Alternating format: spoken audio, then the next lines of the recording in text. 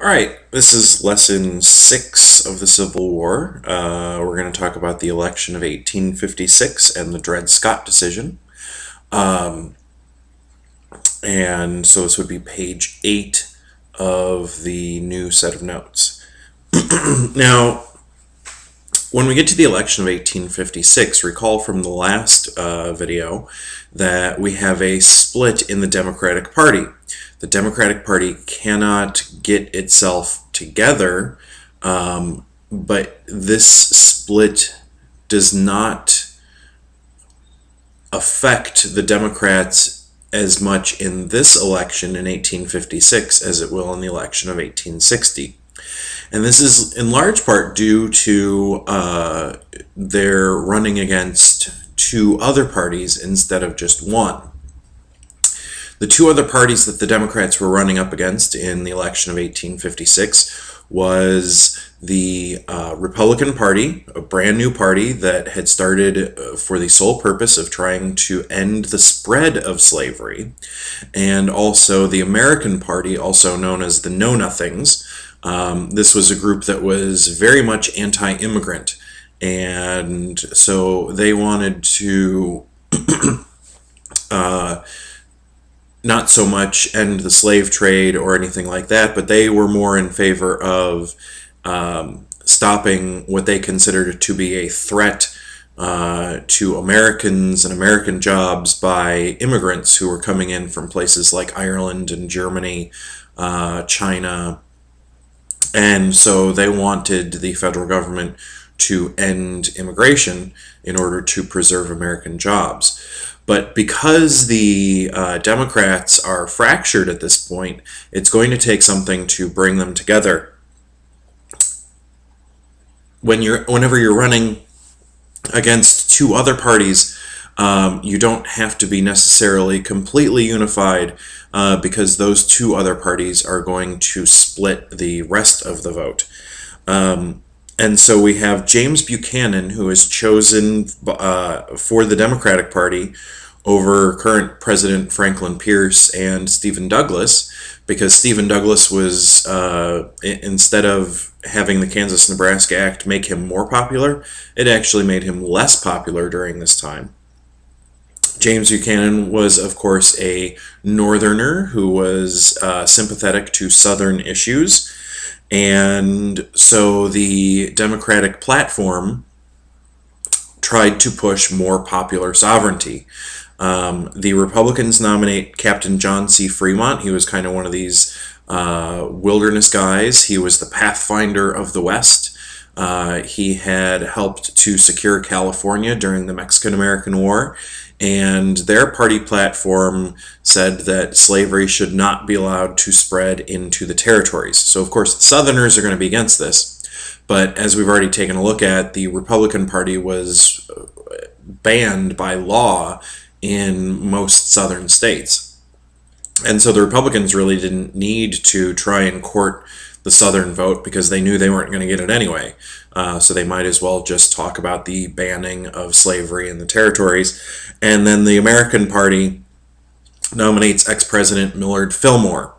And this was supported by a lot of the people from the old Whig Party who didn't want to side with the Republicans or the Democrats. When we get to the Electoral College vote, Millard Fillmore only wins the state of Maryland. Captain Fremont in the Republican Party, he ends up winning some of the northern states, none of the southern states, of course, but ends up winning some northern states, which actually gives him 114 electoral votes. And James Buchanan wins 174 electoral votes, wins the entire South, except for Maryland and even some northern states. Now, this was because the Democrats actually threatened that if Fremont won the election, that they would secede from the Union. And so many Northerners feared a split in the Union, and they took that threat very seriously.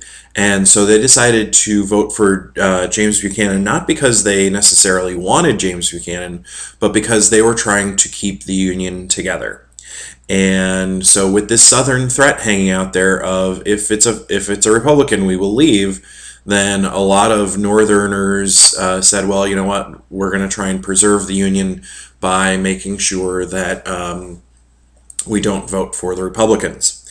The big event of James Buchanan's presidency very early on was the Dred Scott decision in 1857. Now, Dred Scott was a slave, and he was owned by a man in Missouri. They move from Missouri to Illinois and then later move to the Wisconsin Territory even further up north.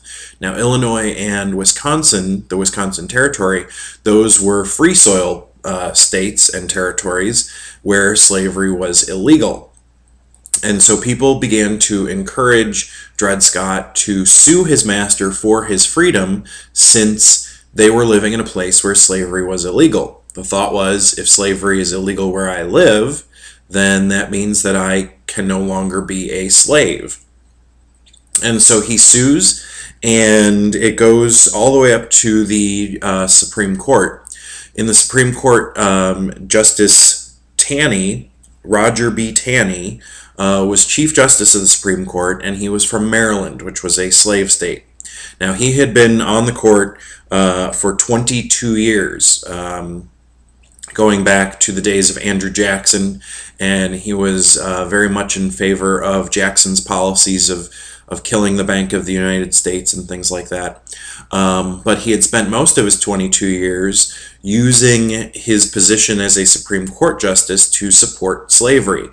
And so when we look back at his decisions, he did a lot to actually benefit the cause of slavery as a Supreme Court justice.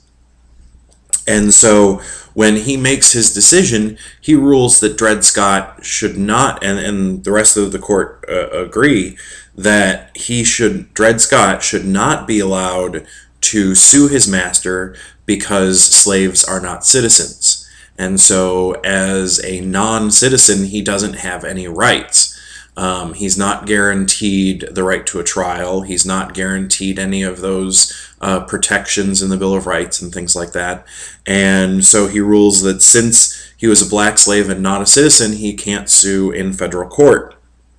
The decision goes on to state that because even people who now had their freedom were black and were not originally part of the United States, then they are not citizens as well. And so that was really a big overreach by by Justice Taney on the Supreme Court to state that no blacks could be citizens and therefore had no rights. But as the Supreme Court, they're allowed to decide what they want, and this took away all rights from blacks both north and south, and opened up slavery in any state or territory. And so the Northerners were furious about this because this was the Supreme Court overruling the rules in their states as well. And so we have this increasing tension that's going to build up to the election of 1860 in the next lesson. And so we will see you there.